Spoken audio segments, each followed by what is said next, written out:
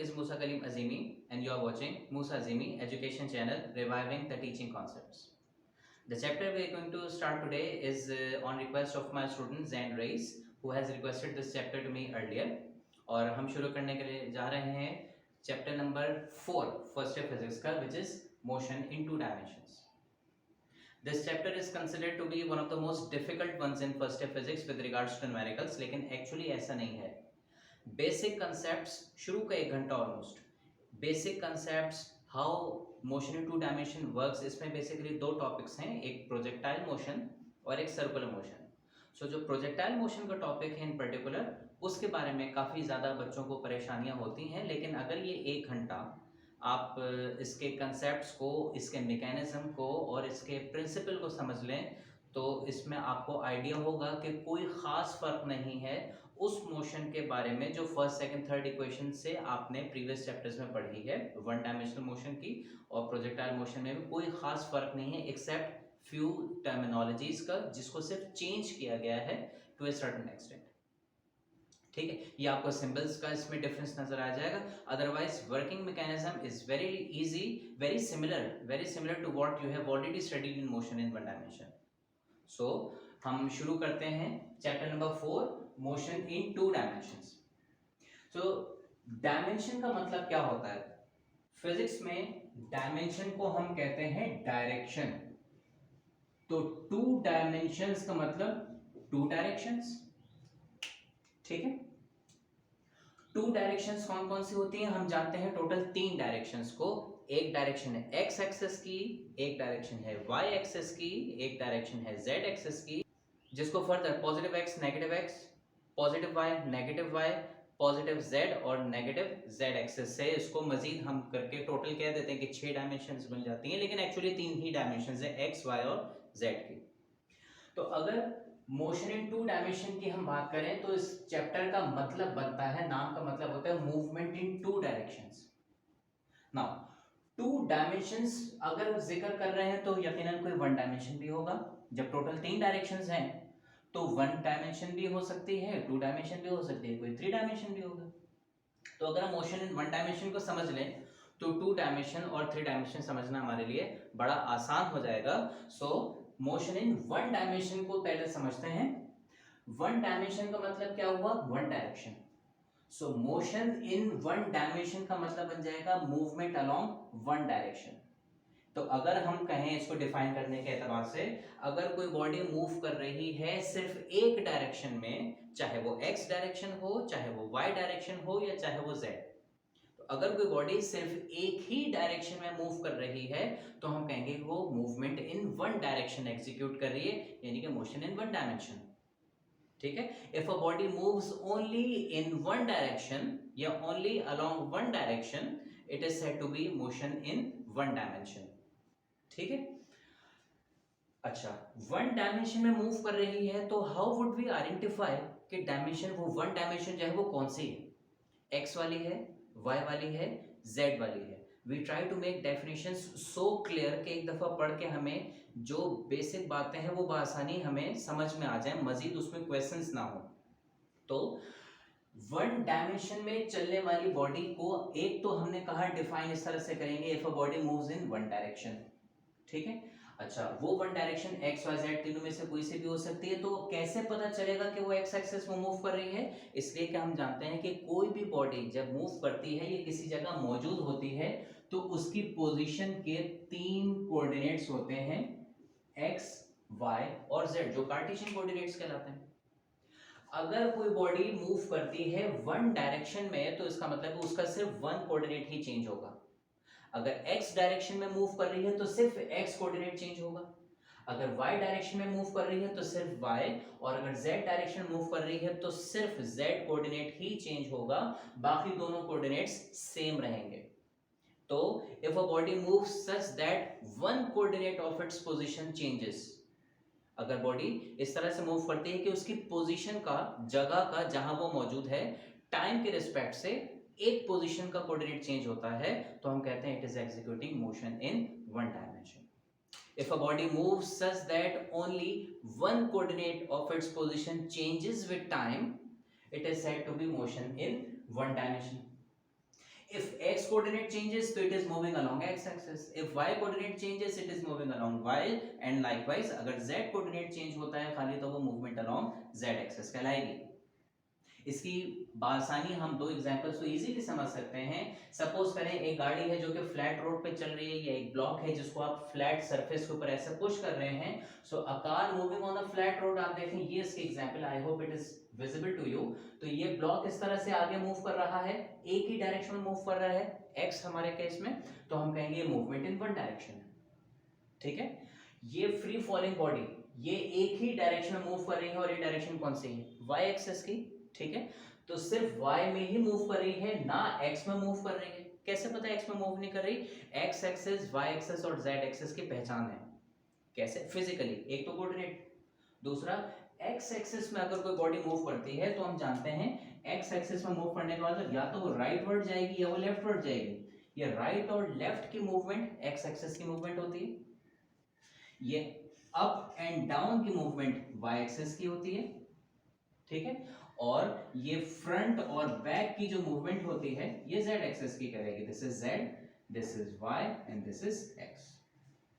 ठीक है.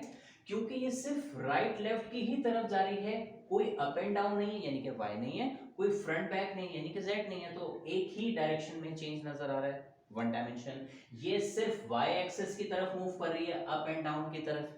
ठीक है. ना तो ये लेफ्ट राइट मूव करते हुए हमें नजर आ रही है, ना ये फ्रंट बैक. तो इसका मतलब है कि ये ओनली वाई डायरेक्शन में मूवमेंट अपनी एग्जीक्यूट करती है. इसी तरीके से किसी बॉल को अगर मैं ऐसे आगे की तरफ थ्रो करूं आउट ऑफ द प्लेन, तो वो सिर्फ z एक्सिस यानी कि फ्रंट की तरफ मूव करेगी, ना लेफ्ट राइट जा रही है कि आपने x एक्सिस पे, ना अप एंड डाउन आ रही होगी तो आप कहें कि y एक्सिस में. सिर्फ एक कोऑर्डिनेट चेंज होगा z एक्सिस का, सिर्फ एक डायमेंशन की मूवमेंट एग्जीक्यूट करेगा. It will also be known as motion in one dimension. ठीक है. तो दो इंपॉर्टेंट बातें, अगर कोई बॉडी एक डायरेक्शन में चले तो मोशन इन वन डायरेक्शन, और उसको मजीद बेहतर तौर पे हम कैसे कह सकते हैं, if a body moves such that only one coordinate of its position changes with respect to time. ठीक है. With respect to time. ठीक है. टू डायमेंशन होगा तो यही दो डेफिनेशंस हम टू डायमेंशन के लिए बना सकते हैं. अगर कोई बॉडी दो डायरेक्शंस में मूव कर रही हो, ठीक है, या उसकी पहचान क्या होगी दो डायरेक्शन में मूव करने की, कि उसकी पोजीशन के दो कोऑर्डिनेट्स चेंज हो रहे होंगे. Two coordinates of its position will be changing. लेकिन एक खास वर्ड हम इसके साथ एसोसिएट कर रहे हैं, साइमल्टेनियसली, एक साथ. अगर ये x एक्सिस पे चल रही है जिस वक्त, उसी वक्त ठीक उसी टाइम वो y में भी चल रही होगी. तो अगर बॉडी एक ही टाइम पे दो अलग अलग एक्सिस पे चल रही है तो हम कहेंगे it is motion in two dimension. ऐसा नहीं हो सकता कि थोड़ी देर x में चली फिर थोड़ी देर y में चली तो आप कहेंगे मोशन इन टू डायमेंशन. नहीं, एक ही टाइम पे दो कोऑर्डिनेट्स अपनी पोजीशन के चेंज करती हुई नजर आती है.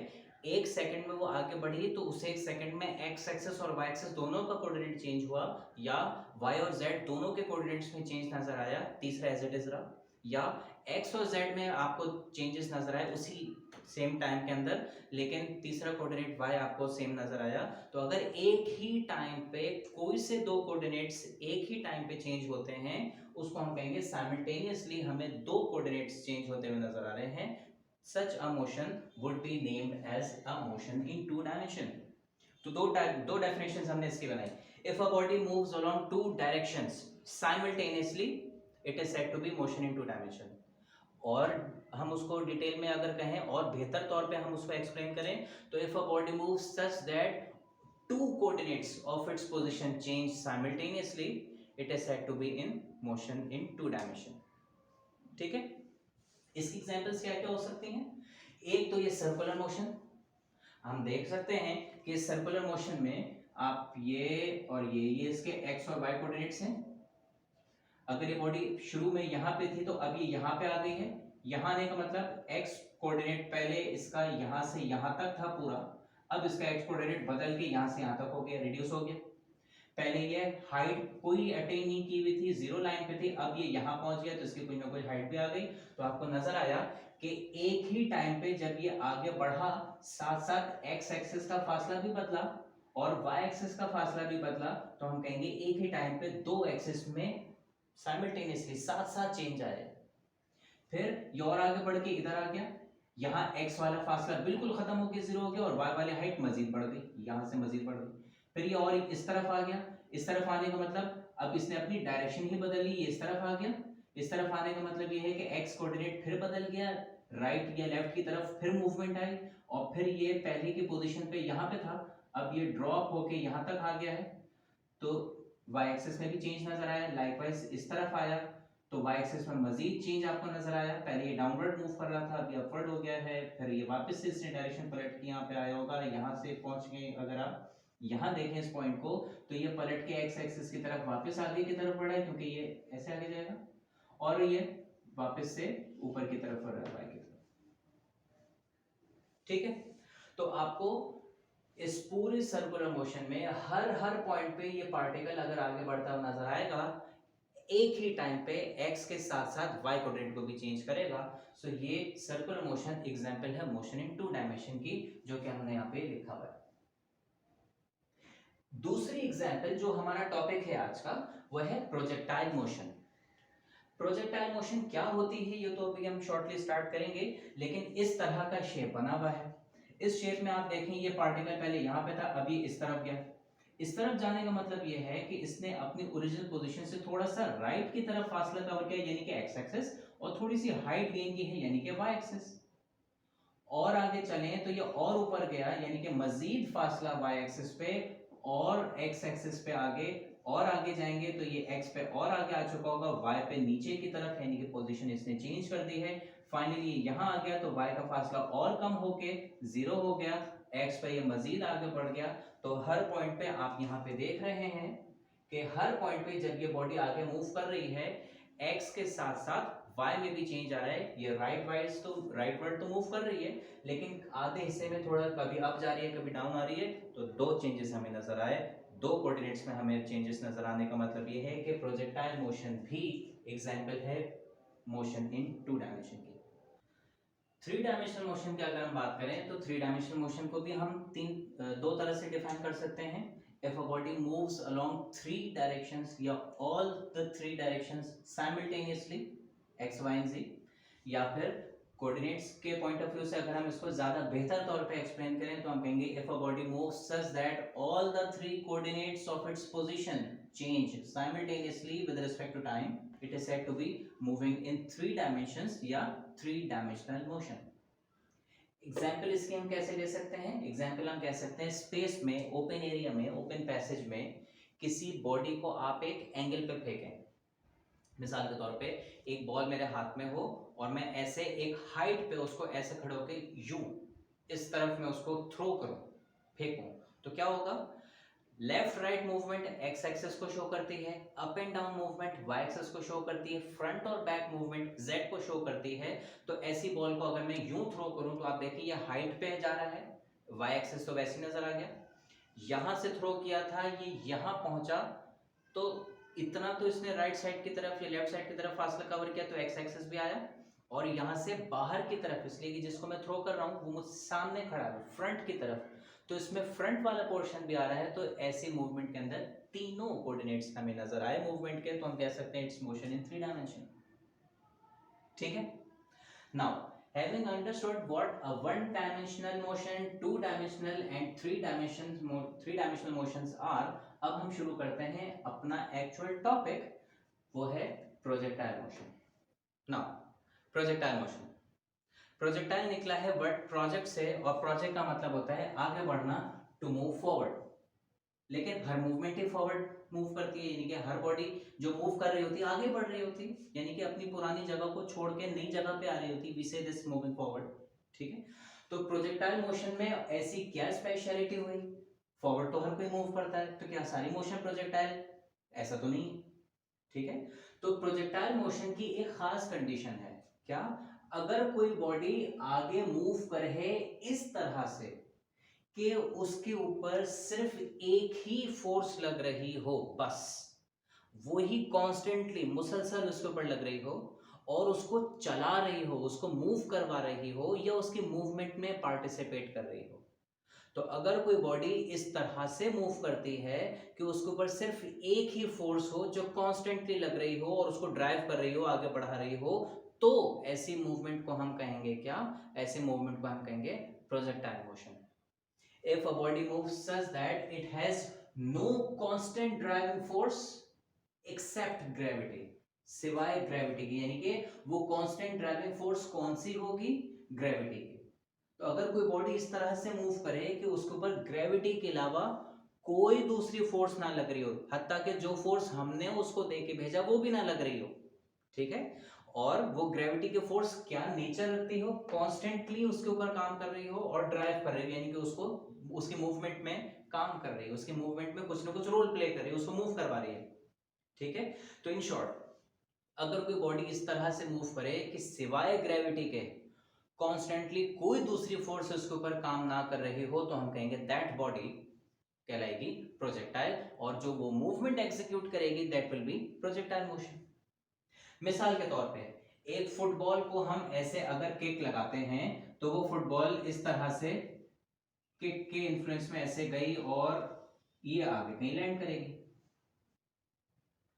अब यहां से जब इस प्रोजेक्टाइल को हमने मूव करवा दिया, ये जो बॉडी है जो इस तरह से मूव कर रही है ये प्रोजेक्टाइल कहलाएगी, जो मूवमेंट एग्जीक्यूट करी है वो प्रोजेक्टाइल मोशन कहलाएगी, ठीक है।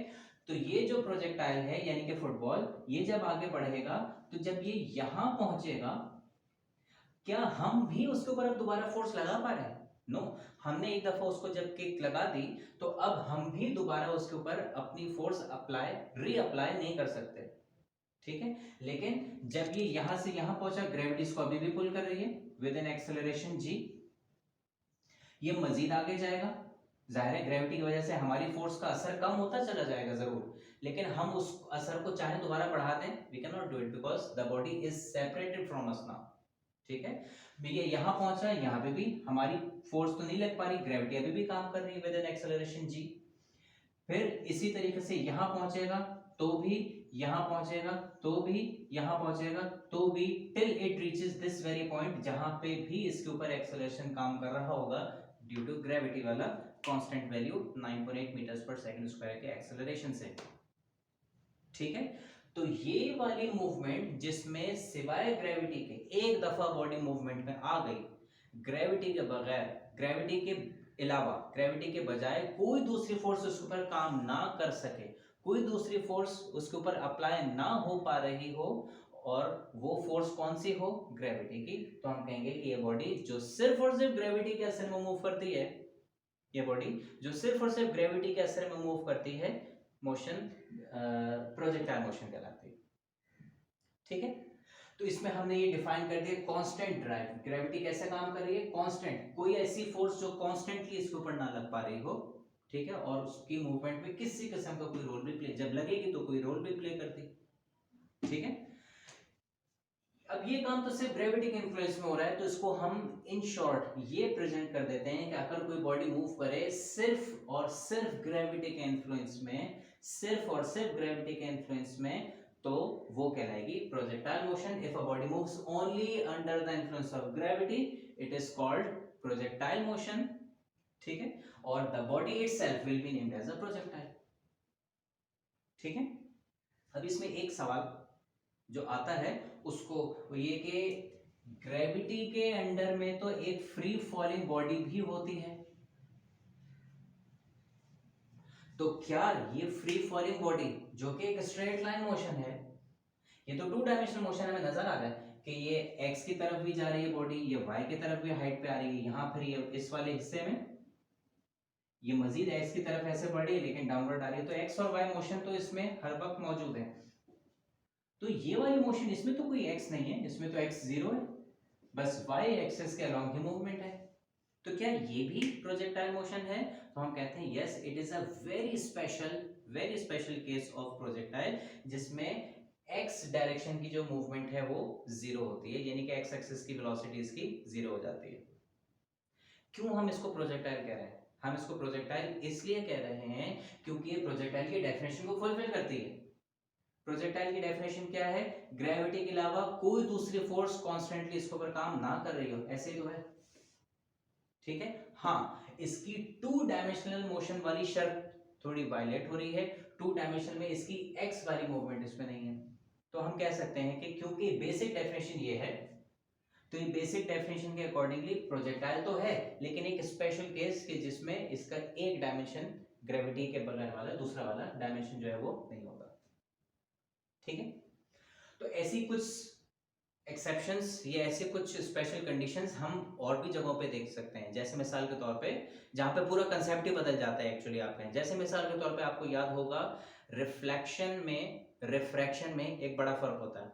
रिफ्लेक्शन टकरा के वापस वहीं पलट जाना और रिफ्रैक्शन टकरा के नए मीडियम में दाखिल हो जाना, ऑल टुगेदर बिल्कुल अलग अलग मूवमेंट्स हैं। लेकिन एक खास एंगल से बढ़ के, क्रिटिकल एंगल से बढ़ के अगर हम एंगल ऑफ इंसिडेंस बढ़ा दें तो उसका रिफ्रैक्शन का एंगल इतना बढ़ जाता है कि वो वापस से रिफ्लेक्ट ही होना शुरू हो जाती है। तो that is called total internal reflection, that is actually refraction. तो रिफ्रैक्शन इतना बढ़ गया कि वो रिफ्लेक्शन के जुमरे में आ गया। तो हमने कहा कि टोटल इंटरनल रिफ्लेक्शन भी तो एक स्पेशल केस है रिफ्रैक्शन का। ठीक है। इसी तरीके से यहां पे भी हम कहते हैं कि motion under influence of gravity, ये वाली फ्री फॉल मोशन भी एक स्पेशल केस है प्रोजेक्टाइल मोशन का। ठीक है। एक फुटबॉल को हमने किक लगाई, प्रोजेक्टाइल बनेगा। एक बैट्समैन अगर 6 हिट करता है, ठीक है, छक्का मारता है, तो उसमें भी क्या होगा, वो जैसे ही वो बैट से बॉल को हिट करेगा वो बॉल ऑल द वे यूं जाके इस तरह से, सिमिलर काइंड ऑफ मोशन। ठीक है। आप घर की छत पे खड़े होके या खिड़की से खड़े होके ऐसे बॉल को कहीं आगे फेंकें, दैट वुड आल्सो सिर्फ और सिर्फ ग्रेविटी के इन्फ्लुएंस में भी मूव करती हुई नजर आएगी।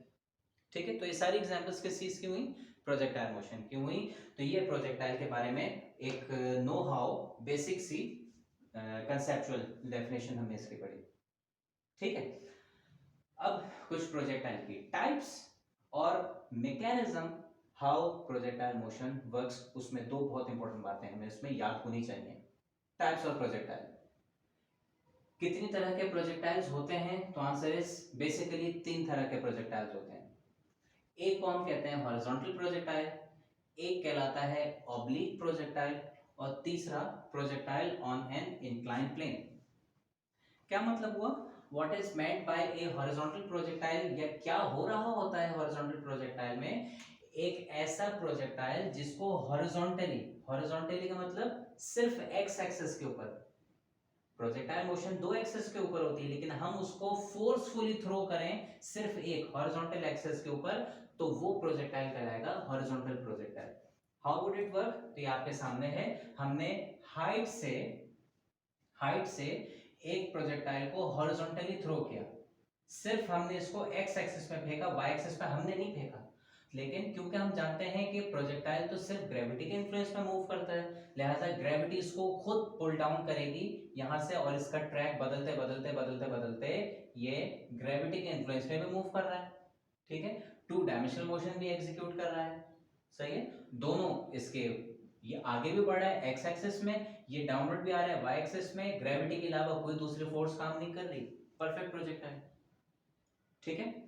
दूसरा प्रोजेक्टाइल ऑब्लिक प्रोजेक्टाइल होता है, यानी कि किसी भी प्रोजेक्टाइल को या ऑब्जेक्ट को हम एक खास एंगल पे थ्रो करें तो वो जो प्रोजेक्टाइल फॉर्म करेगा वो प्रोजेक्टाइल कहलाएगा ऑब्लिक प्रोजेक्टाइल। ठीक है। थ्रो करने का मतलब ऑफ कोर्स इस तरह से थ्रो करें कि ग्रेविटी के अलावा कोई दूसरी फोर्स उसके ऊपर ना लग रही हो, तो वो कहलाएगा ऑब्लिक प्रोजेक्टाइल। जैसे एक बॉल को मैंने उठाया और ऐसे थ्रो कर दिया, हाइट भी दी, ठीक है, यानी कि एंगल, तो आप देखें ये एक खास एंगल थीटा हम उसको जनरली कहते हैं। तो किसी भी प्रोजेक्टाइल को अगर हम किसी खास एंगल पे थ्रो करते हैं तो जो वो शेप बनाएगा, जो वो रास्ता ट्रेस आउट करेगा, वो मूवमेंट जो वो एग्जीक्यूट करेगा, प्रोजेक्टाइल मोशन कहलाएगी। इसको हम ये भी देखते हैं कि ये एक ऐसा प्रोजेक्टाइल है जिसको जमीन से, जैसे फुटबॉल को किक करना, या तो ये ग्राउंड से आपने उसको एक एंगल पे एलिवेट किया, एक एंगल पे आपने इसको थ्रो किया और ये ऊपर जाते जाते जाते फिर फाइनली इस तरह से यहाँ पहुंच गया। ये भी एक ऑब्लिक प्रोजेक्टाइल ही है क्योंकि ये भी एक खास एंगल पे थ्रो किया गया है। शर्त ये है कि अनलाइक दिस ऑब्लिक प्रोजेक्टाइल, इसको हमने ग्राउंड के बजाय किसी हाइट से थ्रो कर दिया, बात एक ही है, फॉर्म तो ये प्रोजेक्टाइल ही कर रहा है क्योंकि ग्रेविटी के अलावा दूसरी फोर्स नहीं लग रही इसके ऊपर, और हमने इसको एंगल के ऊपर थ्रो किया। तो ये oblique projectile from the ground level, oblique projectile from a certain height, लेकिन टाइप कौन सी कहलाएगी, ऑब्लिक प्रोजेक्टाइल, ठीक है।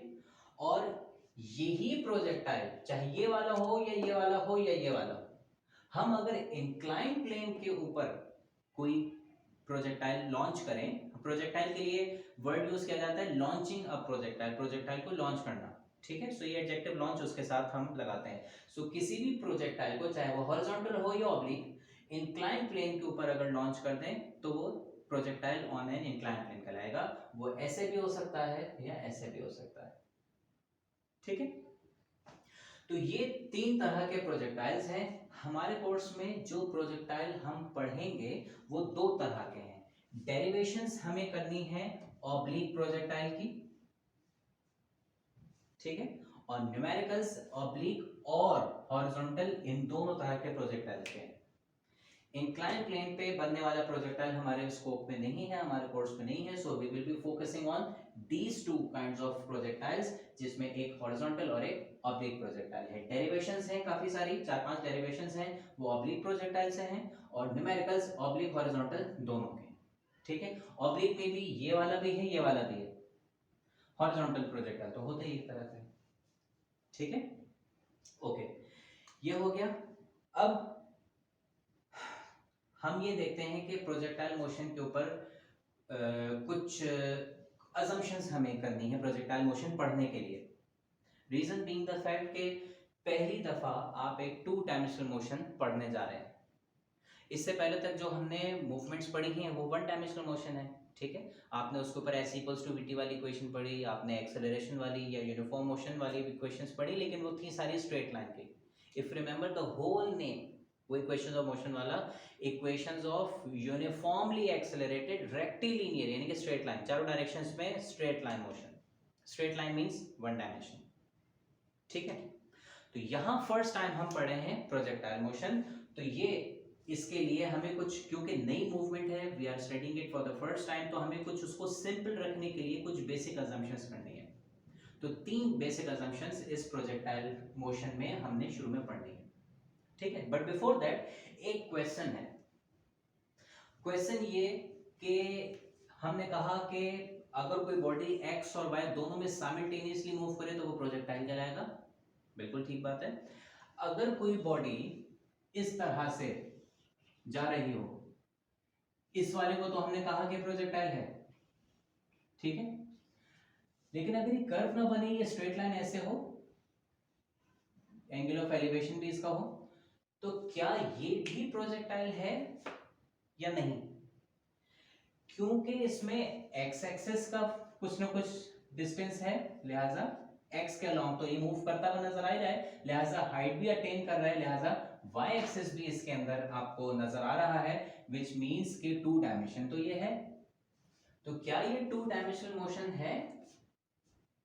क्योंकि जिस टाइम पे अगर ये यहां से आगे बढ़ा तो इसने हाइट पे भी कुछ ना कुछ फासला कवर किया है, और इसने एक्स पे भी कुछ ना कुछ फासला कवर किया है। ये और आगे बढ़ा, मजीद हाइट पे पहुंच गया, मजीद एक्स के अलोंग पहुंच गया, तो 2 डायमेंशनल मोशन तो ये कर रहा है। तो क्या ये वाली इस तरह की स्ट्रेट लाइन मोशन को हम प्रोजेक्टाइल मोशन कहेंगे या 2 डायमेंशनल मोशन कहेंगे?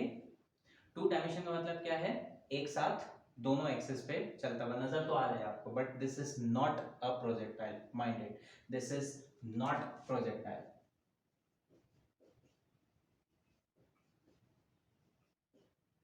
रीजन, कोई बॉडी 2 डायमेंशनल मोशन होने का मतलब यह है कि किसी भी एंगल से, किसी भी एंगल पे, ये एक्स वाई जेड एक्सिस 3 होते हैं ना हमारे, ये एक्स एक्सिस आ गया, ये वाई एक्सिस आ गया, ये जेड एक्सिस आ गया। एक्स वाई जेड एक्सिस को हम अपनी आसानी के लिए रोटेट कर सकते हैं, ठीक है। इसीलिए इनको, ये म्यूचुअली परपेंडिकुलर होते हैं, लाइक दिस, हम इसको ऐसे रख सकते हैं, ठीक है। ये 3 एक्सिस में, ये हमारे पास एक्स एक्सिस शो कर रहा है, ये हमारे पास वाई एक्सिस शो कर रहा है, और ये हमारे जेड एक्सिस शो कर रहा है। तो इन एक्सिस को हम किसी भी अपनी कैलकुलेशन में आसानी के लिए किसी भी एंगल पे रोटेट कर सकते हैं। किसी भी एंगल, जैसे ये है या ये है, हम इसको इस तरह से रोटेट कर सकते हैं, कैसे भी, ऐसे रख के, ऐसे रख के, ऐसे रख के, ऐसे रख के, ऐसे रख के, किसी भी एक सिम्त में आप किसी भी सिम्त में आप उसको रोटेट कर सकते हैं, शर्त ये तीनों आपस में 90 डिग्री पे होते हैं। यानी कि हम कहते हैं ये तीनों आपस में म्यूचुअली परपेंडिकुलर है, एक दूसरे के साथ म्यूचुअली एक दूसरे के साथ परपेंडिकुलर, यानी कि 90 का एंगल बनाता है। एक्स एक्सिस का वाई से भी 90 का एंगल है और जेड से भी आप देखें इस रेड मार्कर से, वाई एक्सिस का इसी तरह एक्स के साथ ब्लू मार्कर से भी आप देखें 90 का एंगल है, और जेड के साथ आप देखें रेड, इसके साथ भी 90 का एंगल है। लाइकवाइज जेड एक्सिस का भी आप देख लें, एक्स के साथ 90 का एंगल है और वाई के साथ भी 90 का एंगल है। तो ये तीनों एक्सिस एक दूसरे के साथ 90 के एंगल के ऊपर होते हैं। तो एज लॉन्ग एज इनकी म्यूचुअल परपेंडिकुलरिटी को हम वायलेट नहीं करते, एज लॉन्ग एज आप उसको किसी भी तरह से घुमाएं ऐसे कि इनके दरमियान बनने वाला 90 का एंगल बरकरार रहे, वो रोटेशन बिल्कुल जायज है, वो रोटेशन बिल्कुल वैलिड है, वो रोटेशन बिल्कुल एक्सेप्टेबल है। तो टू डायमेंशनल मोशन की पहचान ये होती है कि ये जो एक्स और वाई एक्सिस हैं, इनको किसी भी सिम्त में घुमाने पे हर बार दोनों एक्सिस में आपको चेंज नजर आना चाहिए। तो यहां अभी इस पोजीशन में तो आपको नजर आ रहा है कि ये दोनों के दरमियान चेंज हो रहा है, यानी कि ये ऐसे जा रहा है तो एक्स में भी आगे बढ़ रहा है, वाई में भी आगे बढ़ रहा है। लेकिन अगर मैं इसको ऐसे रोटेट कर दूं इस तरह से, तो अब आप देखें all of a sudden Y axis यानी कि ग्रीन मार्कर की लाइन में इसकी कोई मूवमेंट आपको नजर नहीं आ रही। यानी कि अब इस पोजीशन पे अगर हम एक्स और वाई एक्सिस को रखें तो ये मूव करता हुआ नजर नहीं आ रहा वाई एक्सिस के ऊपर, which means ये एक ही एक्सिस के डायरेक्शन में मूव कर रहा है। सो this is a one dimensional motion. ठीक है, तो यहां से हमें एक बात याद रही, एक बात याद रखनी है, एक स्ट्रेट लाइन में चलने वाली मूवमेंट हमेशा वन डायमेंशनल मोशन ही कहलाएगी। एक स्ट्रेट लाइन लीनियर है ना, हमेशा one dimension one direction motion ही कहलाएगी, बिकॉज क्योंकि एक्स और वाई एक्सेस की किसी एक खास रोटेशन पोजीशन पे आके वो एक एक्सेस पे ही लाई करेगी, दूसरे एक्सेस पे लाई करना बंद कर देगी। तो ऐसी किसी एक भी पोजीशन पे 360 डिग्री पे हम इसको रोटेट कर सकते हैं कम से कम।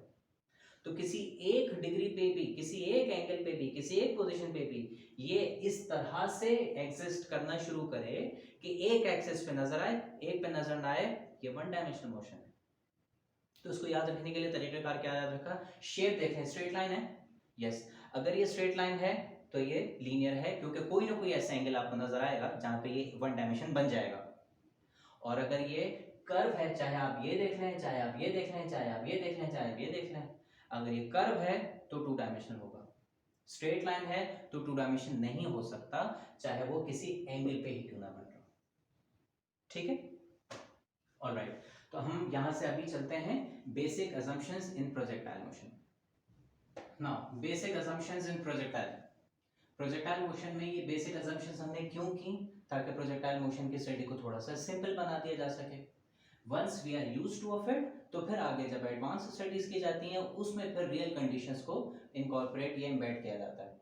ठीक है, ऐसा हम बहुत दफा करते हैं, इवन आपने जो इक्वेशंस ऑफ मोशन पढ़ी हैं वो भी असम्पशंस के साथ हैं कि जिसमें किसी किस्म की एयर फ्रिक्शन या ग्राउंड फ्रिक्शन को हमने कंसिडर नहीं किया। ठीक है, तो आप देखें v f equals to v i plus a t हो, s equals to v i t plus half a t square हो, 2as equals to v f square minus v i square हो, कहीं एयर फ्रिक्शन का जिक्र नहीं है, क्योंकि जो भी गाड़ी मूव करेगी स्ट्रेट लाइन के ऊपर उसके ऊपर हवा की तो फ्रिक्शन लग रही होगी, ग्राउंड फ्रिक्शन भी लग रही होती है, जिसकी वजह से वो ब्रेक्स अप्लाई करने के बाद रेस्ट में आ जाती है, लेकिन अगेन हम उसको कंसिडर नहीं करते। ठीक है, क्यों, अजम्पशन की वजह से हमें वो इक्वेशंस को ऑफ मोशन को पढ़ना आसान हो जाता है। बाद में फिर हम उसको, आपने शायद वर्क में पढ़ा होगा कि फ्रिक्शन को माइनस करा दिया जाता है जब body through the air move कर रही होती है तो। ठीक है, सो स्टार्टिंग में in order to make things simpler हम कुछ अजम्पशंस करते हैं। सबसे पहली और one of the most important assumptions, air friction को हमने निग्लेक्ट कर दिया, यानी कि जो भी प्रोजेक्टाइल हम पढ़ेंगे उस प्रोजेक्टाइल में फ्रिक्शन की वैल्यू 0 होगी। ठीक है, नो एयर फ्रिक्शन। दूसरा, अर्थ के कर्वेचर का और अर्थ की रोटेशन का कोई इफेक्ट एप्लीकेबल नहीं होगा, निग्लेक्ट कर दिया। हम जानते हैं अर्थ रोटेट करता है, ठीक है, अर्थ रोटेट करता है, तो रोटेट करने में क्या होता है, रोटेट करने में अर्थ की स्पिन की वजह से पोजीशन चेंज होती है, ठीक है। व्हाट विल हैपन कि हम मिसाल के तौर पे किसी एक प्रोजेक्टर को आपने यहां से उछाला और यहां पे आना है उसको, यहां से आपने उसको किक लगाई बॉल को और वो यहां तक आ गया। अगर हम अर्थ की रोटेशन को कंसिडर करें तो हमने अंदाजा लगाया हुआ था कि भाई यहां से शुरू होगा, सपोज 50 मीटर के बाद यहां पर पहुंच जाएगा। अब 50 मीटर के बाद आपने लैंड को ऐसे मार्क कर दिया, आपने कहा ये वाला पॉइंट है, ठीक है। अब आपने उसको भेजा और इतनी देर में अगर अर्थ रोटेट कर गया तो उसको जो यहां आना चाहिए था, यहां आने के बाद इतने में अर्थ रोटेट कर गया, वो यहां आ रहा है। आपको तो नहीं अंदाजा होगा, आप तो कहेंगे ये तो 50 मीटर के बजाय मेरी पोजीशन से तो 30 मीटर के फासले पे आगे गया, तो हमारी कैलकुलेशन गलत। हमारी कैलकुलेशन गलत नहीं है, हमारी कैलकुलेशन में रोटेशन के इफेक्ट को आपने कंसिडर नहीं किया। रोटेशन के इफेक्ट को आप कंसिडर कर लेंगे तो उसमें आपका रिजल्ट बिल्कुल इसके साथ मैच करेगा। तो हमने इतने छोटे प्रोजेक्टाइल्स लिए हैं कि जिसमें अर्थ की रोटेशन हो ही नहीं पा रही, यानी कि इससे पहले कि अर्थ कंसिडरेबली रोटेट करे हमारा प्रोजेक्टाइल एंड कर जाए। तो रोटेशन की वजह से जो जगह का कम ज्यादा होना, प्रोजेक्टाइल के फासले का कम ज्यादा होना पॉसिबल था, वो नहीं होगा, ठीक है। इतने छोटे प्रोजेक्टाइल्स हमने कंसिडर किए हैं कि जिन प्रोजेक्टाइल्स की ड्यूरेशन इतनी छोटी है कि वो अर्थ के रोटेशन से पहले ही प्रोजेक्टाइल मोशन हमारी एंड हो जाती है। तो रोटेशन की वजह से कैलकुलेशन की कॉम्प्लेक्सिटी खत्म। अर्थ के कर्वेचर का भी कोई इफेक्ट हम इसमें शामिल नहीं होने देंगे। वी नो कि अर्थ इज कर्व्ड। अर्थ के कर्व होने का मतलब क्या है कि अर्थ की लैंड इस तरह से कर्व है, ठीक है। तो हमने उसके कर्व के, हम जो कैलकुलेशन कर रहे हैं वो स्ट्रेट, ग्राउंड को स्ट्रेट कंसिडर, फ्लैट कंसिडर करके कर रहे हैं, ठीक है। तो हमारे हिसाब से उसको यहां होना चाहिए था, लेकिन अर्थ तो कर्व है तो उसको यहां से आके ऑल द वे यहां पे हिट करेगा। तो अगेन जो फासला ओरिजिनली स्ट्रेट लाइन वाले के हिसाब से बनना चाहिए था, कर्व का इफेक्ट अगर नजर आप सामने रखेंगे तो उसकी एक्चुअल पोजीशन डिफरेंट बनेगी। Again that would add a certain deal of complexity in our calculation. तो हमने कहा कर्वेचर को भी हटा दो, ठीक है। यानी कि इसका मतलब क्या हुआ, कैसे हटा सकते हैं कर्वेचर को, earth is not a flat surface, ठीक है, और हम भी फ्लैट अर्थर्स नहीं है, ठीक है। तो वी नो कि earth is not flat, it's a curved surface. इतने छोटे फासले के प्रोजेक्टाइल कंसिडर करो कि जिसमें अर्थ का कर्वेचर कंसिडरेबली ना हो। रोटेशन के इफेक्ट को हमने कैसे कहा, हमने कहा इतनी कम रोटेशन, यानी कि रोटेशन के इफेक्ट को कैसे नजरअंदाज किया, हमने इसको ऐसे काउंटर किया कि इतनी कम ड्यूरेशन के प्रोजेक्टाइल बनाओ कि अर्थ रोटेट ही ना कर सके, उससे पहले प्रोजेक्टाइल मोशन एंड हो जाए। कर्वेचर के इफेक्ट को हम कैसे नजरअंदाज कर रहे हैं, हमने कहा इतने छोटे फासले तक प्रोजेक्टाइल को भेजो कि अर्थ कर्व हो ही ना सके इतने में और हमारा प्रोजेक्टाइल उससे पहले लैंड कर जाए, ठीक है। तीसरी इंपॉर्टेंट कंसिडरेशन जो कि इसी से रिलेट करती है, value of G is constant, यानी कि इतनी हाइट के प्रोजेक्टाइल, हम ये बात जानते हैं कि एक्सेलरेशन ड्यू टू ग्रेविटी की वैल्यू हाइट पे जाते हुए चेंज होती है, डेप्थ पे जाते हुए भी चेंज होती है, ठीक है। तो लेकिन एक सर्टेन हाइट तक, ठीक है, एक सर्टेन हाइट तक जी की वैल्यू कांस्टेंट रहती है 9.8 मीटर्स पर सेकंड स्क्वायर, या बहुत ही मिनिमल सा चेंज उसके अंदर आता है, नेग्लिजिबल चेंज आता है एक सर्टेन हाइट तक। तो बस उतनी ही हाइट के प्रोजेक्टाइल हमें रखने हैं, उतनी ही हाइट तक के प्रोजेक्टाइल्स हम पढ़ेंगे कि जिसमें जी की वैल्यू कांस्टेंट ही होगी। इतना ऊंचा कोई प्रोजेक्टाइल नहीं पढ़ेंगे कि जिसमें जी की वैल्यू चेंज होती रहे, क्योंकि जी की वैल्यू अगर चेंज होती रहेगी तो ये वेरिएबल एक्सेलरेशन रहेगा, again adding a great deal of complexity in our studies। सही है। तो क्या क्या, ए फ्रिक्शन को नजरअंदाज कर दिया, ठीक है। दूसरी चीज, अर्थ के कर्वेचर को, यानी कि इतने छोटे फासले के प्रोजेक्टाइल लेंगे कि अर्थ कर्व ही नहीं हो सकेगी। इतने छोटे ड्यूरेशन के प्रोजेक्टाइल्स हम लॉन्च करेंगे, इतनी देर तक हवा में नहीं रखेंगे, इतने छोटे ड्यूरेशन के प्रोजेक्टाइल्स रखेंगे कि अर्थ रोटेट ही कंसिडरेबल नहीं कर सकेगी। और इतनी हाइट तक हम रखेंगे प्रोजेक्टाइल कि जिस हाइट तक जी की वैल्यू सेम रहती है। इतनी लंबी हाइट नहीं रखेंगे कि जहां जी का आंसर भी 9.8 से कम हो जाए कंसिडरेबल। तो ऐसे हमने आसानियां अपने लिए रख ली है, ठीक है। अब इनका इम्पैक्ट क्या हुआ, इन अजम्पशंस का इम्पैक्ट क्या हुआ। नाउ ये बहुत इंपॉर्टेंट पॉइंट है, यहां से समझे कि सही मानों में प्रोजेक्टाइल मोशन की स्टडीज आपके लिए है। ठीक है, तो बहुत ध्यान से इनको समझने की कोशिश कीजिएगा। Impact of assumptions on projectile. हम जानते हैं कि प्रोजेक्टाइल मोशन दो डायरेक्शंस में है, एक्स एक्सिस में और वाई एक्सिस में। तो जरा मैं इनको अलग अलग देखूं। अलोंग एक्स एक्सिस क्या चेंज हमें नजर आ रहा है, और फिर अलोंग वाई एक्सिस हमें क्या चेंज इसमें नजर आएगा। एक्स एक्सिस के ऊपर एक प्रोजेक्टाइल कंसीडर करें मिसाल के तौर पे, ये प्रोजेक्टाइल है। इस प्रोजेक्टाइल में कुछ न कुछ एक्स एक्सिस के अलोंग भी मूवमेंट हो रही है, कुछ न कुछ वाई एक्सिस के अलोंग भी मूवमेंट हो रही है। ठीक है, अपवर्ड भी हो रही है, डाउनवर्ड भी हो रही है। तो एक्स एक्सिस के ऊपर इस प्रोजेक्टाइल मोशन की क्या क्या सिचुएशन, क्या क्या स्टेटस रहेगा, उसको हम चेक करते हैं। क्योंकि ये प्रोजेक्टाइल आगे बढ़ रहा है, लिहाजा कोई ना कोई फोर्स हमने शुरू में इसको दी होगी। ठीक है, एक खास एंगल पे आपने इसको भेज दिया, चलो भाई प्रोजेक्टाइल हवा में आ गया, it is now in flight.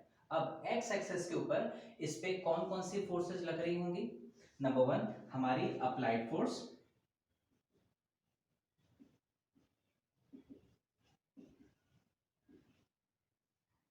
ठीक है, और दूसरा एयर फ्रिक्शन। हमारी फोर्स क्या काम कर रही थी, हमारी फोर्स इसको कह रही थी you move along X axis. हमने एक फोर्स लगाई मिसाल के तौर पे, ऐसे मैंने उसको थ्रो किया, सपोज इतनी फोर्स से थ्रो किया कि वो लेट से 10 मीटर्स पर सेकंड से आगे जा रही है। क्या इंपैक्ट होगा, हमारी अप्लाइड फोर्स ने इसको भेजा सपोज 10 मीटर्स पर सेकंड से,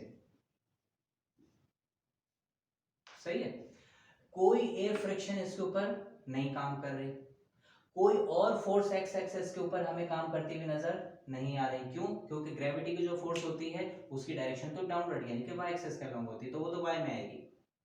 एक्स एक्सिस के ऊपर हमने देखा कि एक ही फोर्स नजर आ सकती थी, वो थी एयर फ्रिक्शन, बाकी कोई फोर्स है नहीं। और एयर फ्रिक्शन को भी आपने अजम्पशन नंबर 1 के तहत क्या कर दिया, नेग्लेक्ट कर दिया, यानी कि ये एयर फ्रिक्शन भी खत्म।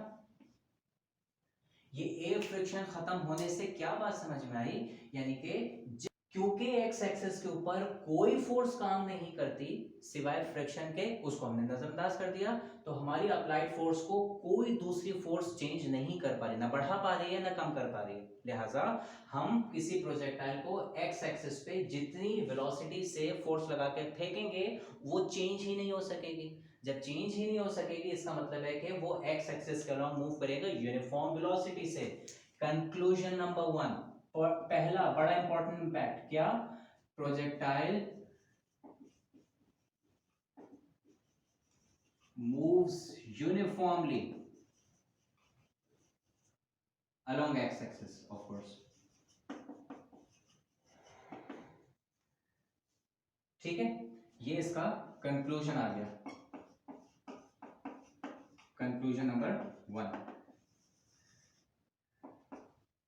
और अगर ये यूनिफॉर्म मोशन है तो तब सबसे आसान मोशन है स्टडी करने को, क्योंकि यूनिफॉर्म मोशन को हम s इक्वल्स टू vt वाली एक्सप्रेशन से या इक्वेशन से कैलकुलेट करते हैं। ठीक है, तो पहला important conclusion, projectile motion x axis पे यूनिफॉर्म वेलोसिटी से मूव करता है। प्रोजेक्टाइल एक्स एक्सिस पे यूनिफॉर्म वेलोसिटी से चलता है, एक्स एक्सिस के अलोंग प्रोजेक्टाइल में वेलोसिटी का कोई चेंज नहीं आता। s इक्वल्स टू vt वाली इक्वेशन से हम उसको फाइंड आउट कर सकते हैं। ठीक है, along y axis,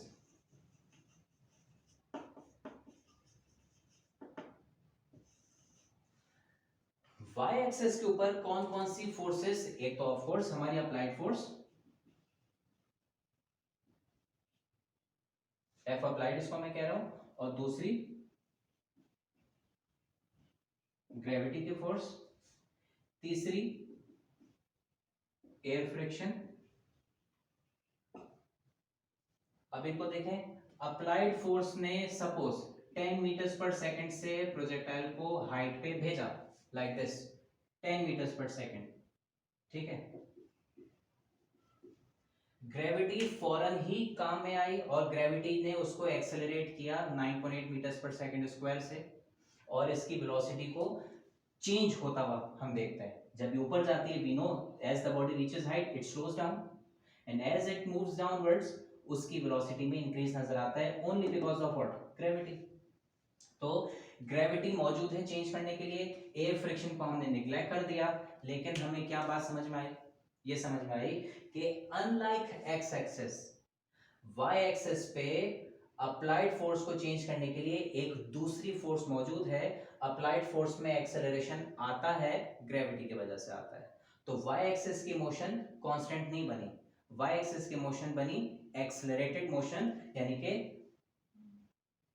motion under gravity.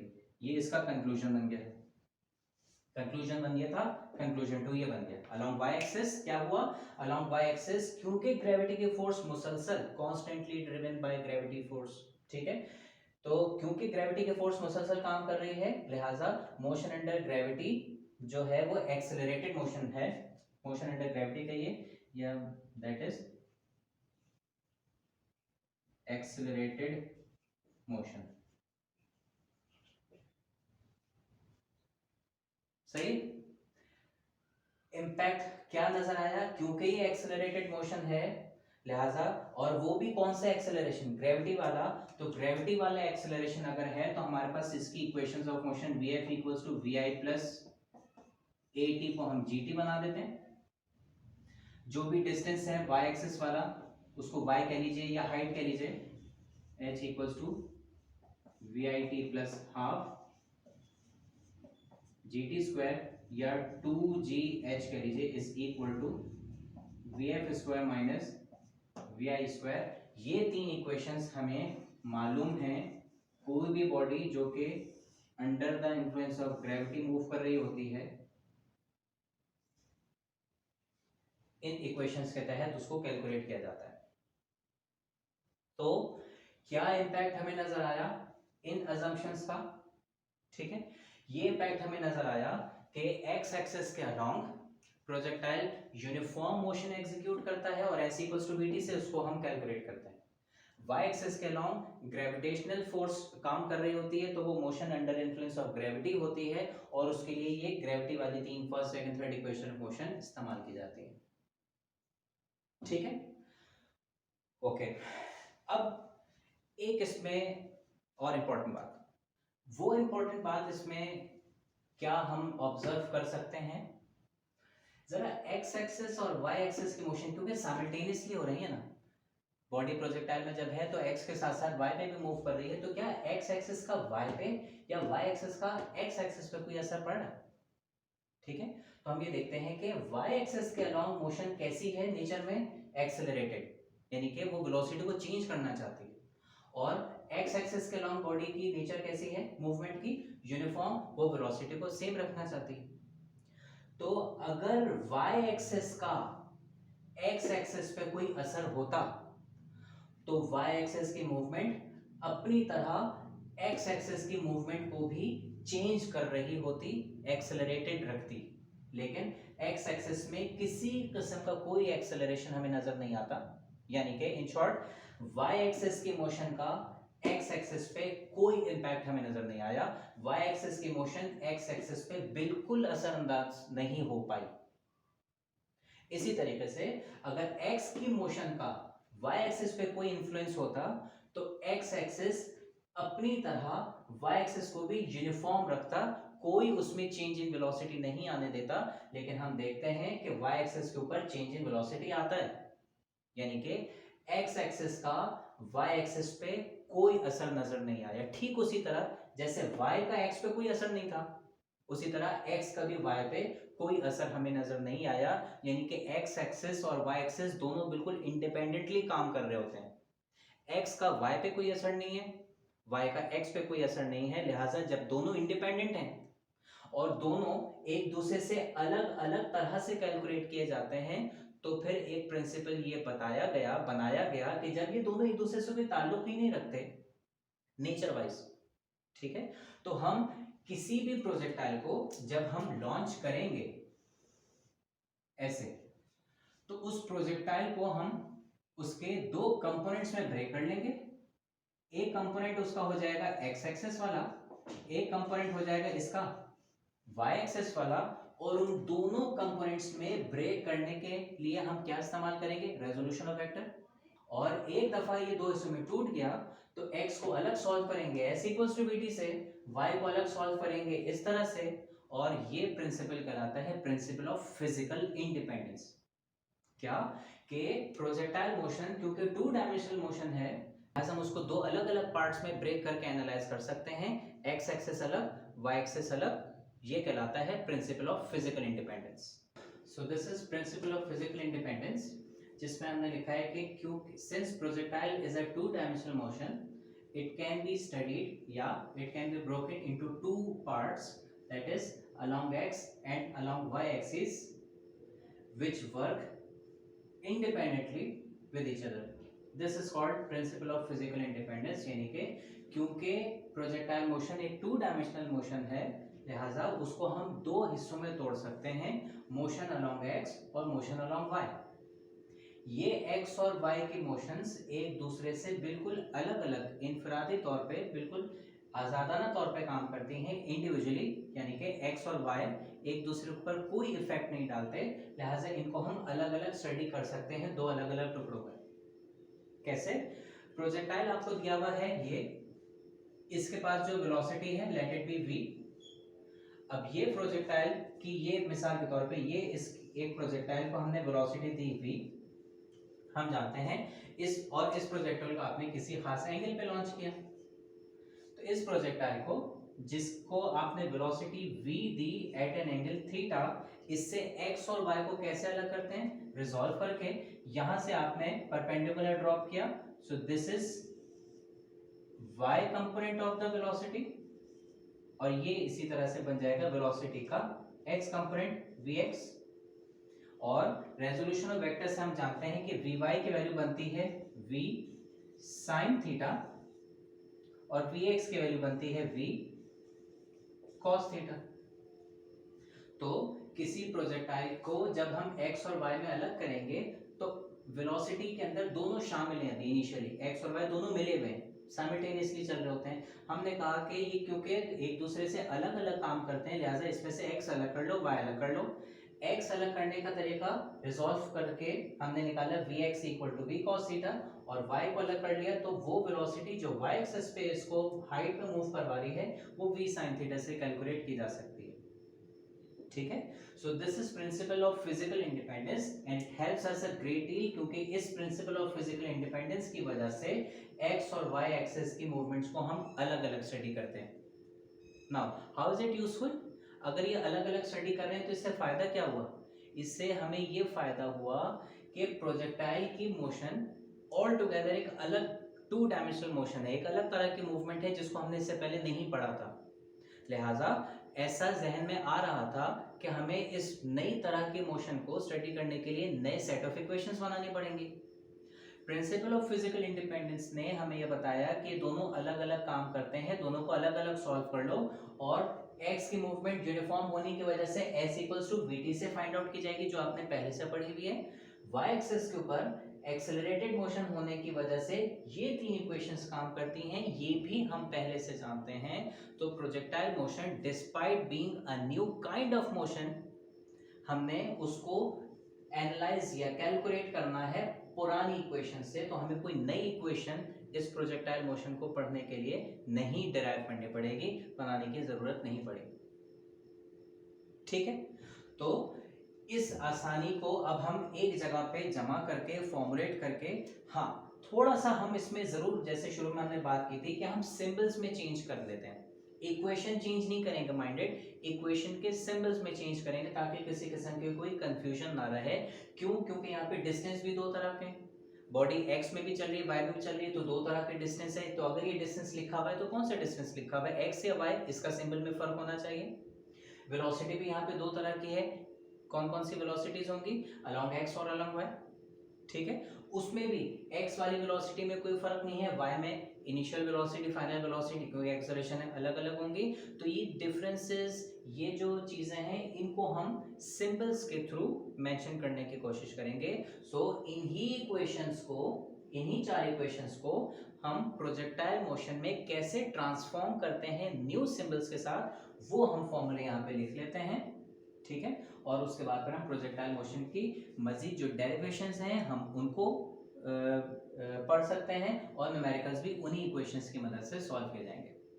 अच्छा जी, तो ये हमने उन इक्वेशंस को जो हमने अब तक अलोंग एक्स और अलोंग वाई पढ़ी, हमने इसको यहाँ पे सेपरेट करके लिख लिया।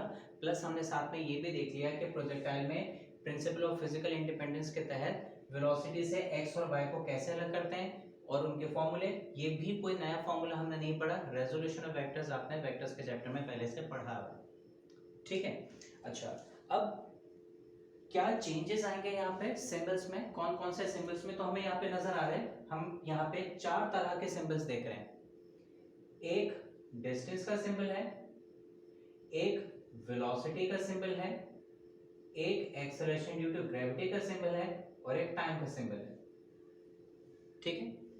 Acceleration due to gravity same रहेगा, इसमें कोई चेंज नहीं आना, क्योंकि हमने शुरू में पढ़ा हुआ है कि हम वो प्रोजेक्टाइल्स कंसीडर करेंगे जहां जी की वैल्यू कांस्टेंट रहेगी, और जी में तो कोई एक्स और वाई ऐसा नहीं होता, ठीक है। टाइम दोनों के लिए सेम चलता है, जो टाइम एक्स एक्सिस पे चलेगा वही टाइम वाई एक्सिस के लिए भी चलेगा। जो चीज डिफर कर रही है यहाँ पे वो है डिस्टेंस और वेलोसिटी, क्योंकि प्रोजेक्टाइल एक्स एक्सिस पे भी चल रहा है तो distance covered by the projectile along X axis भी है, और distance covered by the projectile along Y axis भी है। तो एक तो इसके सिंबल में हमें चेंज करना है, और दूसरा वेलोसिटी, जब डिस्टेंस कवर करेगा तो मूवमेंट अगर कर रहा है तो मूवमेंट का मतलब ये कि उसके पास कुछ ना कुछ वेलोसिटी भी होगी, तो velocity along X, velocity along Y होने की वजह से एस और वी, इन दो के सिंबल्स को हमें चेंज करना है, ठीक है। क्या चेंज हम इसमें करेंगे, हम इसमें ये कहते हैं कि डिस्टेंस अगर x एक्सिस के अलोंग कवर हो रहा है तो उसको डिस्टेंस अलोंग x एक्सिस को x के ही सिंबल से शो कर देंगे। तो जहां कहीं x लिखा हुआ है, x का मतलब x एक्सिस, तो हमें आइडिया हो जाएगा देखते के साथ ही सिंबल को कि डिस्टेंस अलोंग x एक्सिस की बात हो रही है। और अगर y एक्सिस के अलोंग डिस्टेंस है तो उसको हम कैपिटल Y से शो कर देंगे, ठीक है। तो जब हम x एक्सिस पे डिस्टेंस की बात करेंगे तो उस डिस्टेंस अलोंग x एक्सिस को capital X, distance along y axis को कैपिटल Y से शो कर देंगे। वेलोसिटी, वेलोसिटी भी ऐसे ही होगा, वेलोसिटी अलोंग x एक्सिस और वेलोसिटी अलोंग y एक्सिस, ठीक है। तो ये वेलोसिटी, लेकिन हमारे पास x एक्सिस के ऊपर अगर आप देखें तो x एक्सिस के ऊपर वेलोसिटी तो यूनिफॉर्म है, ठीक है। हमने पढ़ा था uniform velocity along X axis, लेकिन y एक्सिस के ऊपर इनिशियल फाइनल दो तरह की वेलोसिटीज आ रही हैं, ठीक है।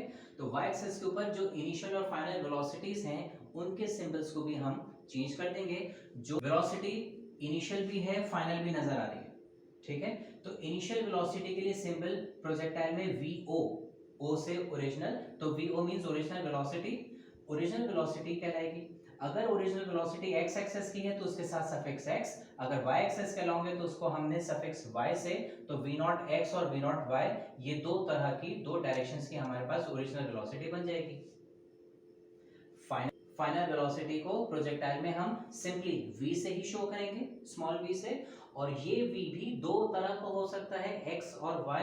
तो अगर along x axis final velocity की बात करें तो उसके साथ सफिक्स x लग जाके, सफिक्स x लग के vx बन जाएगा, और अलोंग y एक्सिस के लिए सफिक्स y लग के ये vy बन गया। तो हमारे पास vf फाइनल वेलोसिटी को, जिसको हम प्रोजेक्टाइल में v से शो कर रहे हैं, दो तरह के मिल गए, final velocity along x and final velocity along y। Final velocity along x को vx, final velocity along y को vy का नाम हमने दे दिया, ठीक है। साथ में हम ये जानते हैं कि x एक्सिस के ऊपर एट या along x axis v not x और vx दोनों बराबर होंगी, क्यों? इसलिए कि x एक्सिस के ऊपर वेलोसिटी कैसी है? Uniform. Uniform means initial final अलग नहीं, बिल्कुल सेम होगी। तो v नॉट x कहीं लिखा हुआ आए या vx कहीं लिखा हुआ है, एक ही बात है, दोनों की सेम ही वैल्यू होती है, because velocity never changes along x axis in A projectile motion. ठीक है, लिहाजा अब जब इसकी फाइनल इक्वेशंस हम बनाएंगे तो इन इक्वेशंस को आप सामने रखें। S equal to V T क्या बन जाएगा? S equal to V T equation है अलोंग x एक्सिस, तो ये डिस्टेंस अलोंग x एक्सिस यानी कि x is equal to V T होना चाहिए, और v कौन सा? इनिशियल या फाइनल, एक ही बात है। हम इसको vxt भी लिख सकते हैं, एक ही बात है। तो x एक्सिस के अलोंग जो इक्वेशन हमारे पास बन गई, that is x equals to v not x into t। ठीक है, या आप इसको ऐसे लिख सकते हैं कि v not x is equal to vx। y axis के अलोंग क्या बनेगा? vf equals to vi plus gt। y axis के along final velocity, final velocity y axis पे क्या कहलाएगी? vy। तो ये vy equal to vf equal to की जगह पे हम लिख देंगे final velocity along y axis which is vy equal to vi। तो अगर ये vf final velocity along y axis की है तो ये vi इनिशियल वेलोसिटी भी y एक्सिस की है। y एक्सिस की इनिशियल वेलोसिटी को हमने v नॉट y का नाम दिया है, तो जहां vi आ जाएगा वहां v naught y plus g as it is t as it is.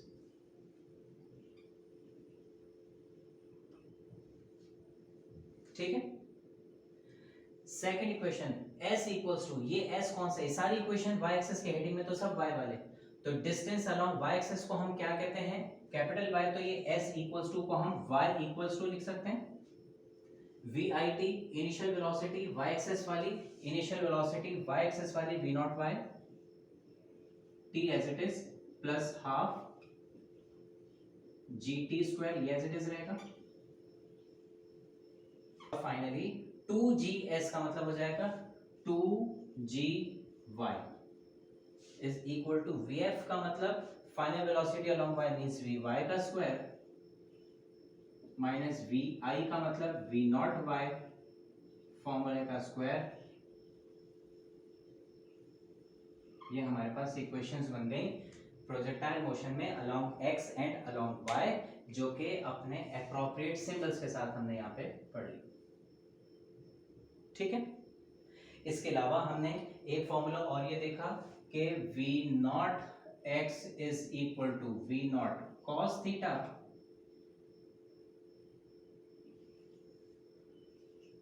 v naught y is equal to v naught sin theta.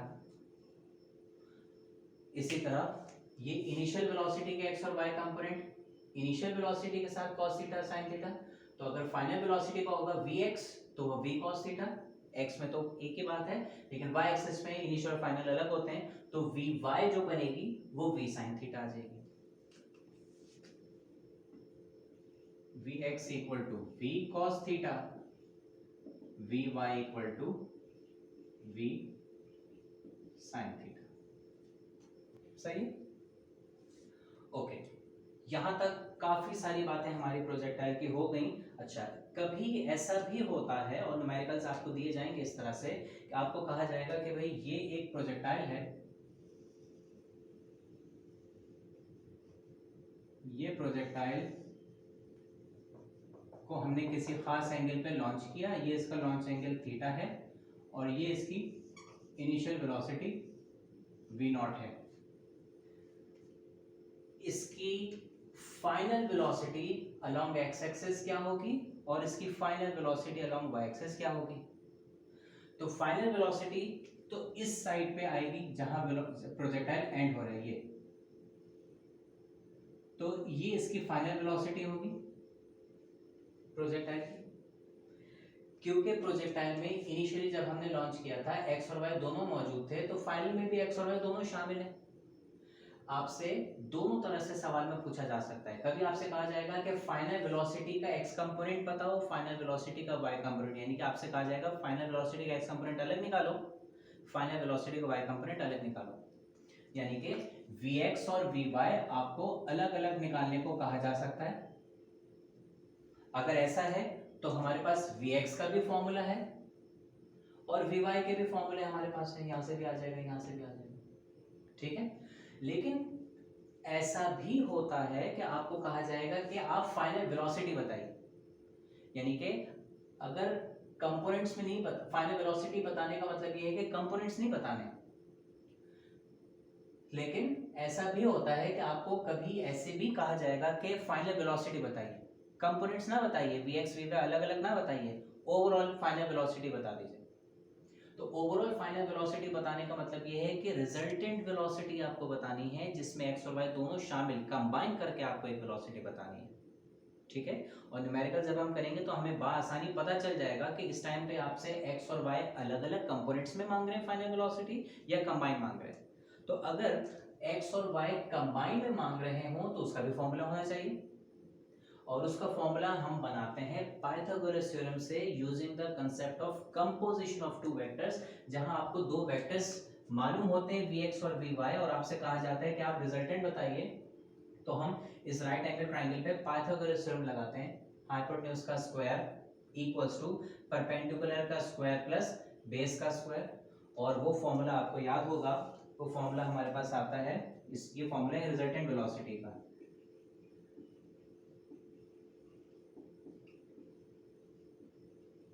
Resultant velocity v, क्या है रिजल्टेंट वेलोसिटी का formula? v is equal to vx square plus vy square square root. This is the formula for final velocity of a projectile. तो अगर आपको ये वाली velocity मालूम करने को कहा जाएगी, to find the final velocity of projectile v, तो that would be calculated as vx square plus vy square, यानी कि कंपोनेंट वाली वेलोसिटी पता चल जाए तो एक फॉर्मूला और लगा देंगे, हमारे पास कंबाइंड वेलोसिटी रिजल्टेंट वेलोसिटी भी मिल जाएगी, ठीक है। ये तो हो गया प्रोजेक्टाइल मोशन क्या है, प्रोजेक्टाइल मोशन में हमने क्या अजम्पशंस पढ़ी, प्रोजेक्टाइल मोशन के अजम्पशंस का इफेक्ट क्या आया, और उसके बाद फिर प्रोजेक्टाइल मोशन में प्रिंसिपल ऑफ फिजिकल इंडिपेंडेंस ने हमें कहा एक्स को वाई को अलग अलग करके आप पढ़ सकते हैं, और उनकी जो इक्वेशंस बन जाएंगी सिंबल्स में ज़रूरत भर चेंजेस लाने के बाद वो ये 9 फॉर्मूले हमारे पास बन गए, ठीक है। अब जब हम नेक्स्ट क्लास में हम इस्तेमाल करेंगे इन इक्वेशंस को और वो डेरिवेशंस करेंगे, बट बिफोर दैट एक छोटा सा मैकेनिज्म प्रोजेक्टाइल मोशन का जिसके हमने शुरू में बात की थी, what is the mechanism of a projectile. दो कंडीशंस, मेजर कंडीशंस कह लीजिए या बेसिक कंडीशंस कह लीजिए for any body to become a projectile, वो ये कि कॉन्स्टेंटली ड्रिवन बाय फोर्स, ये तो हमने पढ़ा, लेकिन हर दफा जरूरी नहीं है कि प्रोजेक्टाइल मोशन सिर्फ ग्रेविटी की ही इन्फ्लुएंस में हो, ठीक है। तो वो बात अभी हम इसमें मजीद आगे देखते हैं कि what is the mechanism of a projectile motion. तो प्रोजेक्टाइल मोशन के मैकेनिज्म को समझने के लिए हम एक बेसिक सा प्रोजेक्टाइल ले लेते हैं, ठीक है। बेसिक सा प्रोजेक्टाइल यानी कि हमने एक हॉरिजॉन्टल प्रोजेक्टाइल ले लिया। तो प्रोजेक्टाइल जो कि हॉरिजॉन्टल प्रोजेक्टाइल होता है हमेशा समझने के लिए ऑब्लिक प्रोजेक्टाइल से ज्यादा आसान होता है। रीजन बीइंग कि ऑब्लिक प्रोजेक्टाइल में जब हम प्रोजेक्टाइल को एक एंगल पे थ्रो करते हैं तो उसके पास कुछ न कुछ y डायरेक्शन की वेलोसिटी भी आती है और कुछ न कुछ x एक्सिस की वेलोसिटी भी आती है, इनिशियल फाइनल दोनों हो सकती है, ठीक है। लेकिन हॉरिजॉन्टल प्रोजेक्टाइल जैसे कि नाम से ही हमें समझ में आ रहा है, हमने उसको थ्रो ही हॉरिजॉन्टल किया, मींस हमने उसको y एक्सिस के ऊपर थ्रो ही नहीं किया। जब y पे थ्रो ही नहीं कर रहे तो y एक्सिस की जो वेलोसिटी है ये कैसी बनेगी, zero, initial velocity along y axis, जिसको हम v नॉट y कहते हैं, और initial velocity along x axis कुछ ना कुछ होती है जिसको मैं अपनी आसानी के लिए फिलहाल v हॉरिजॉन्टल कह देता हूं, ठीक है। तो when a projectile is thrown horizontally it only has the horizontal or the x component of its velocity, ठीक है, जिसको vh कह लीजिए या vx कह लीजिए, और जो इसकी वर्टिकल डायरेक्शन की वेलोसिटी होती है, initial velocity along y axis, that is zero.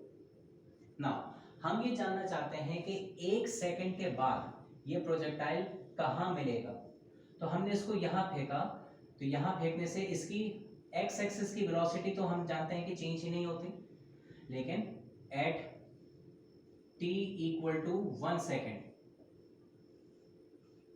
1 second के बाद इसकी फाइनल वेलोसिटी क्या बन जाएगी? फाइनल वेलोसिटी होती है vf equal to vi plus gt। Final velocity after 1 second, अगर 0 सेकंड्स पे इसकी वेलोसिटी 0 थी तो 1 सेकंड के बाद 1 बाय इनिशियल वेलोसिटी जो कि v naught by 0 plus g into 1, जिसका मतलब हो जाएगा 1g।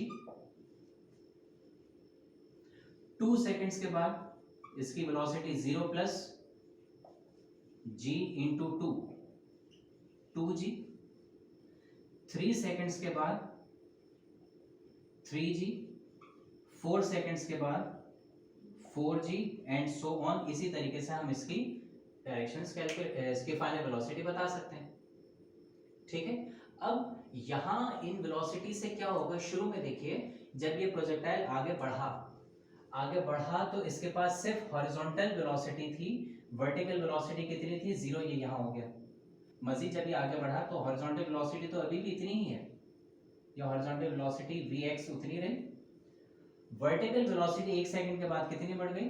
यहाँ पे v1g हो जाएगा, v1y हो जाएगा, v1y यानी कि g के बराबर। g के बराबर मतलब लेट्स से ये g। अब रिजल्टेंट क्या बनेगा? रिजल्टेंट इसका प्रोजेक्ट, हम अगर इसका पैरेललोग्राम कंप्लीट करें, ये इसका रिजल्टेंट बन जाएगा।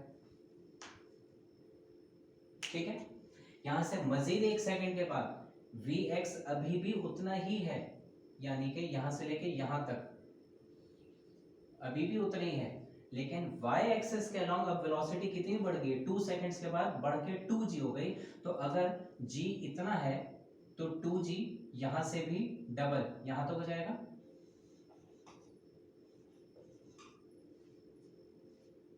अब इसका रिजल्टेंट क्या बनेगा? अब इसका रिजल्टेंट यहां से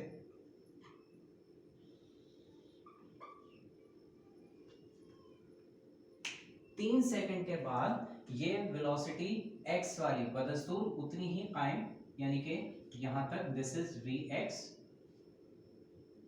और y एक्सिस की वेलोसिटी अब 3 सेकंड के बाद 3g हो गई, यानी कि इस वेलोसिटी का 3 गुना, ये तकरीबन यहां तक, दिस इज 3g।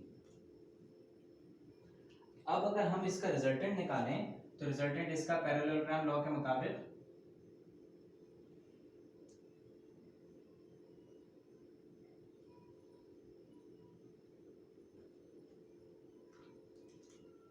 ये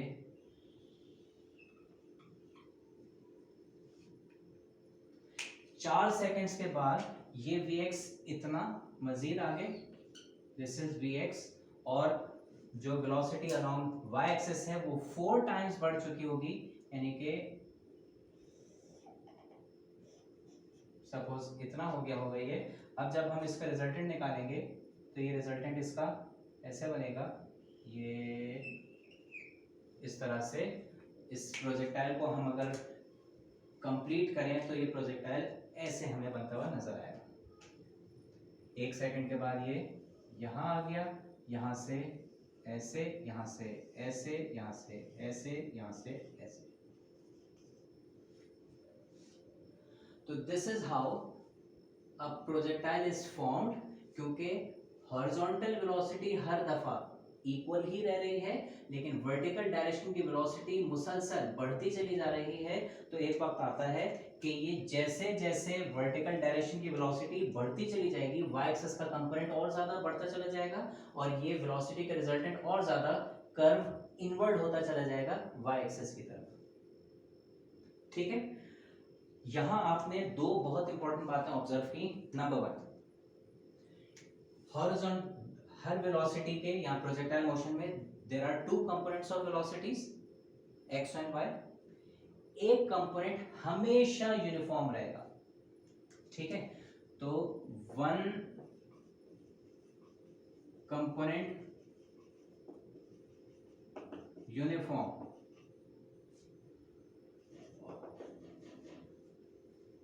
और दूसरी इंपॉर्टेंट बात यहां पे क्या ऑब्जर्व की, जब एक कंपोनेंट यूनिफॉर्म है तो दूसरा नॉन यूनिफॉर्म यानी कि एक्सेलरेटेड होगा। और वो एक्सेलरेशन हर दफा उस यूनिफॉर्म कंपोनेंट से 90 डिग्री के एंगल के ऊपर होगा, यानी कि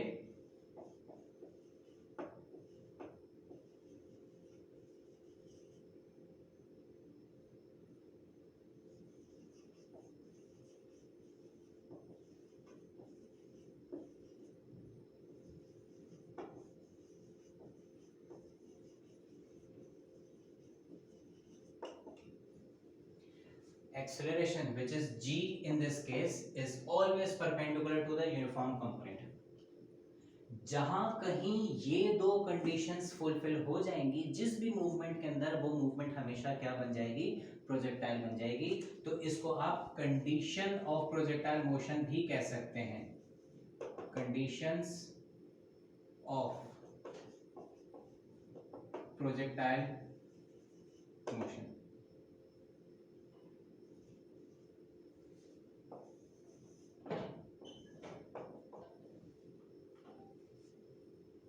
ठीक है. So what are the necessary conditions of projectile motion? तो नेसेसरी कंडीशन प्रोजेक्टाइल मोशन की ये है कि दो कंपोनेंट्स में से हमेशा एक कंपोनेंट यूनिफॉर्म ही रहेगा, नंबर वन.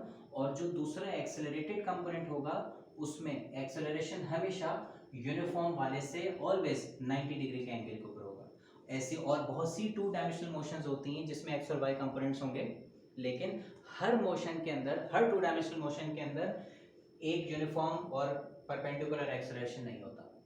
तो हर वो टू डायमेंशनल मोशन जिसमें एक कंपोनेंट यूनिफॉर्म और एक्सेलरेटेड कंपोनेंट जो होगा वो, या उस एक्सेलरेशन का यूनिफॉर्म कंपोनेंट से 90 का एंगल होना, जहां ये दो कंडीशंस फुलफिल होंगी वो मोशन क्या बन जाएगी, प्रोजेक्टाइल बन जाएगी.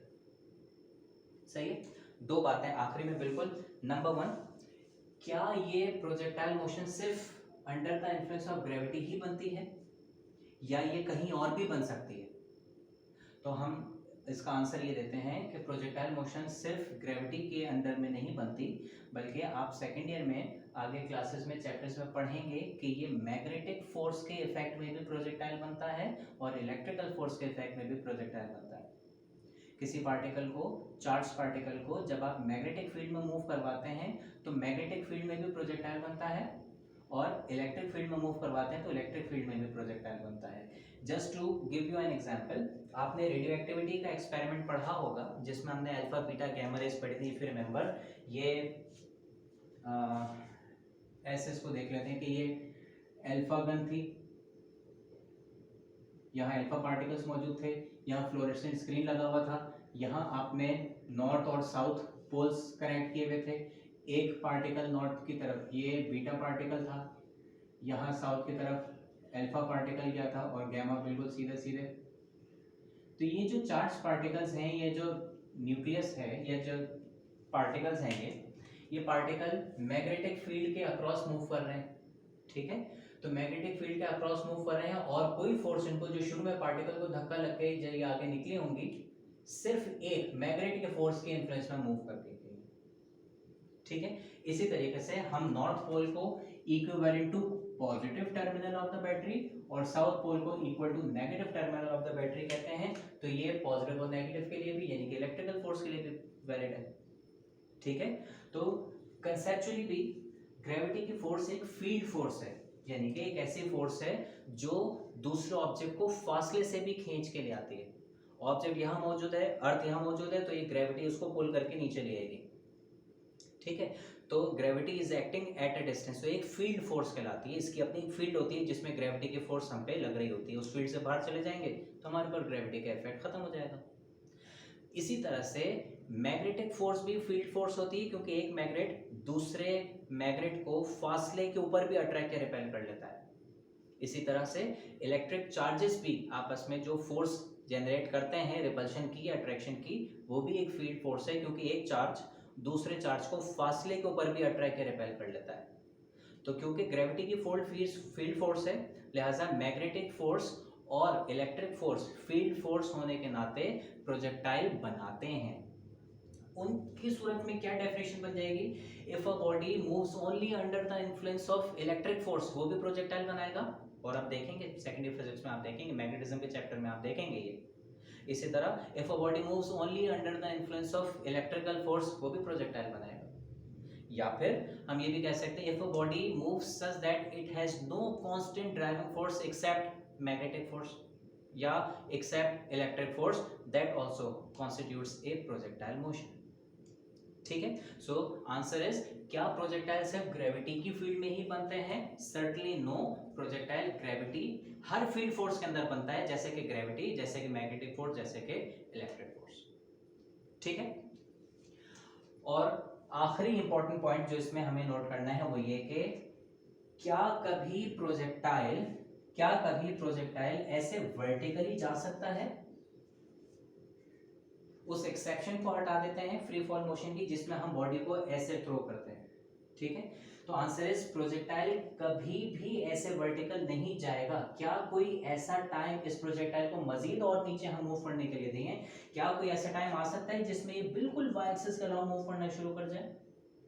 आई hope this question is clear to you. क्या कभी कोई प्रोजेक्टाइल ऐसा शो करेगा कि आगे बढ़ते बढ़ते एक खास हाइट पे पहुंचने के बाद वो बिल्कुल परपेंडिकुलर हो जाए ग्राउंड के, या वाई एक्सिस के पैरेलल हो जाए, लाइक दिस स्ट्रेट लाइन, या हमेशा इस तरह से एंगल थोड़ा सा इसमें बनता रहेगा?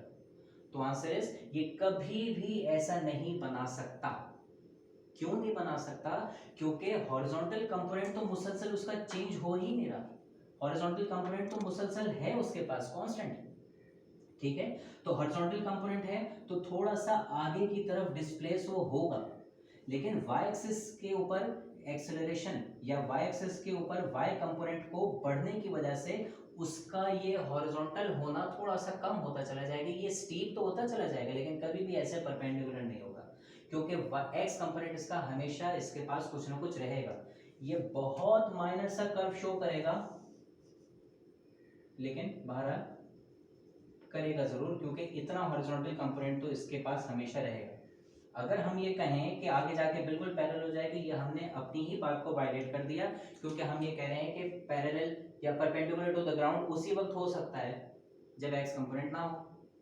तो हमने तो कहा एक्स कंपोनेंट तो कभी चेंज नहीं होगा, वो तो यूनिफॉर्म है। तो अगर कोई ये कहे कि ये प्रोजेक्टाइल आगे जाते जाते बिल्कुल perpendicular to the ground hit करेगा, तो ये बात बिल्कुल गलत है। It is not possible, because there will always be a uniform component of velocity associated with this projectile, and it will never allow this projectile to hit the ground perpendicularly. ठीक है, तो ये प्रोजेक्टाइल हमेशा angle पे रहेगा, जिसकी वजह से ये कभी भी परपेंडिकुलर टू द ग्राउंड नहीं हो सकता। ठीक है, सो this is how projectile motion works. ये हमने दो इंपॉर्टेंट बातें इसमें देखी, कंडीशंस भी देखी, और प्रोजेक्टाइल की नेचर कभी भी परपेंडिकुलर नहीं हो सकती। ये एक ही सूरत में परपेंडिकुलर रहेगा जब इसके पास एक्स कंपोनेंट जीरो हो। इन दैट सेंस भी हम देख रहे हैं कंडीशन यूनिफॉर्म कंपोनेंट है। यूनिफॉर्म कंपोनेंट यहाँ पे वी एक्स शुरू से जीरो होता है। जब हम किसी बॉडी को परपेंडिकुलर ड्रॉप करते हैं तो उसका एक्स कंपोनेंट शुरू से लेकर आखिर तक जीरो ही रहता है। सो यस, ये कंडीशन अभी भी वैलिड है। One component uniform equal to zero, वो कभी बढ़ा ही नहीं। ठीक है, और एक्सेलरेशन हमेशा परपेंडिकुलर टू यूनिफॉर्म कंपोनेंट, यानी कि जैसा है जी वैसा लग रहा होता है। तो free fall motion is also a very special condition of projectile motion, क्योंकि ये दो इसकी कंडीशंस हैं, उसमें एक्स कंपोनेंट उसका यूनिफॉर्म होता है जीरो के बराबर। ठीक है, तो ये बहुत ज़रूरी बातें, बहुत बेसिक कंसेप्ट, बहुत डिटेल में हमने इन तमाम कंसेप्ट्स को जो कि प्रोजेक्टाइल मोशन से रिलेटेड है वो हमने देखे। ठीक है, और अब इन इक्वेशंस को हमें याद रखना है, और एक दो बेसिक बातों को हमें याद रखना है कि एक्स एक्सिस के अलोंग वेलोसिटी कभी चेंज नहीं होती। ये बातें अगर आपको याद हैं तो आप प्रोजेक्टाइल मोशन की बाकी सारी डेरिवेशंस करने के लिए बिल्कुल रेडी हैं, जो कि हम शुरू करेंगे इंशाल्लाह नेक्स्ट क्लास में। तब तक के लिए अपना बहुत सारा ख्याल रखिएगा, पढ़ते रहिएगा। अस्सलाम वालेकुम, बादब मानसी।